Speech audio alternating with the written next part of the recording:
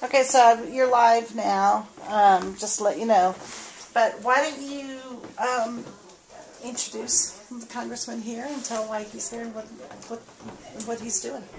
Well, this is Congressman Aaron Schock, who's come from Illinois on my behalf to get me better known and actually lend some credibility to not only the Republican side, but also our message of getting back this country. And this is Congressman Aaron Schock. Right. Can you tell why you're well? I mean, it's a long ways out here from Illinois, and tell us why you wanted to come and be supportive of Dr. Gosar. Well, Paul, Dr. Gosar, your nominee on the Republican side for Congress is exactly what we need more of in Washington, D.C.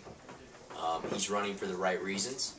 He's got real-world experience as a small business person, as a medical professional, for the biggest issues confronting our country. We need to reform our healthcare system, but it's not with the Obamacare bill that passed. Paul understands the realities of our healthcare system and can offer insightful and important ideas on how best to do that. But he's also a small business guy. He's an entrepreneur himself. And in a climate right now when people are clamoring to create jobs, when people are looking to the private sector to make investments, Paul understands firsthand what the barriers are right now to the private sector investing, why there's so much uncertainty, why people aren't willing to invest their capital even if they have it in their own personal savings account or whether it's in their own small business.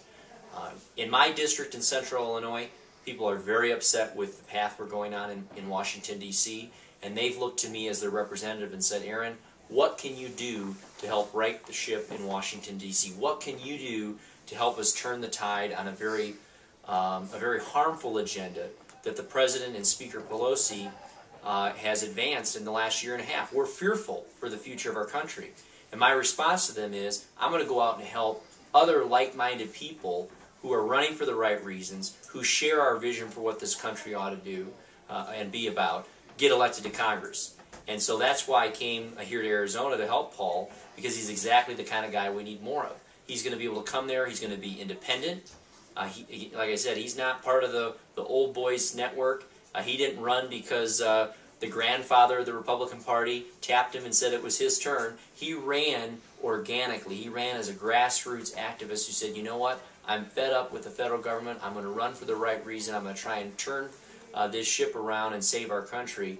And if we get him elected along with a whole host of other ones, we can retire Nancy Pelosi and we can clip the president's wings and move him to the center, which is where most of the American people are.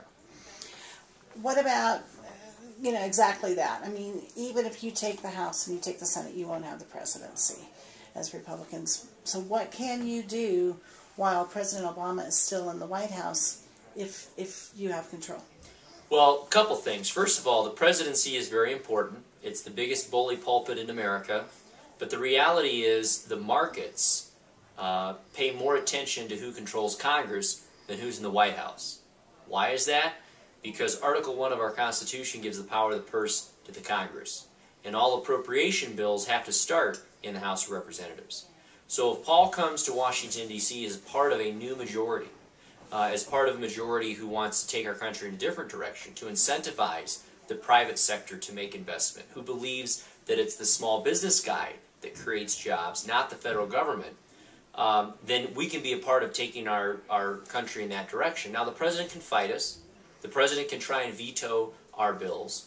But the President's going to be dealing with a country who's on our side and who just elected this new majority in Congress. So at the end of the day, I believe the President's going to be more concerned about his November in 2 years than this past November. And I think ultimately with the American people behind us, we can advance an agenda that's very pro-growth, that looks at trying to incentivize the private sector instead of harming the private sector, that looks at small business as those who are going to lead us out of the recovery instead of looking at trying to put more taxes and fees and regulatory burden on small business. So it's a world difference. I mean, for anybody to think that it makes no difference in this district whether it's Paul Gosar or Ann Kirkpatrick representing them, make no mistake, there's a big difference. And there's going to be a big difference between the way Nancy Pelosi has run the House and the way that a new majority of Republicans will control the House. In terms of how much money we think we should spend, we actually think we should live within our means. We actually think we should make cuts, as painful as they might be. And we think that it's not going to be more bureaucratic jobs in Washington, D.C. that's going to turn our country around. It's going to be the private sector and the entrepreneurs. Why don't you explain the difference between incentivizing small businesses and the stimulus plan? Well, the stimulus plan didn't incentivize anyone but the bureaucracies in Washington, D.C. It's the largest spending bill in our nation's history. By the time we pay the interest and the administrative costs, it's going to be at or near $1 trillion. 8% of that $1 trillion went to infrastructure. The other 92% went by and large to the bureaucracy of the federal government. We've added over 200,000 federal workers since President Obama took the oath of office. Those people have done very little in terms of creating private sector growth. They've done very little in terms of incentivizing the private sector to expand. And in fact, they've done the opposite, which is create fear in the private sector to say, wait a minute, how are we going to pay for these people? Hey, that $1 trillion you just added to the nation's debt, is that going to come to me in the form of higher taxes and higher regulation and more of a burden on me as a private sector? And so all of this federal government spending and largesse has done exactly the opposite of what President Obama has wanted, which is it's created fear and apprehension in the private sector instead of confidence. And what we know is that small businesses want to be left alone. They want to be rewarded for taking risk. And you do that by keeping your regulatory and your tax burden low so that they can compete not only in our country, but around the world. The fact of the matter is, only 5% of the world's population lives in our country. We can't eat all of the food that we grow. We can't consume all of the manufactured goods that we produce in our country. So we have to be able to sell the other 95% of the world's population. And under the President's plan, he is very much of a protectionist, high tax, high regulatory burden, and it's why our economy continues to falter, even after many of our foreign competitors in Asia, in China, even in Europe, are seeing a faster growth out of the recovery than we are.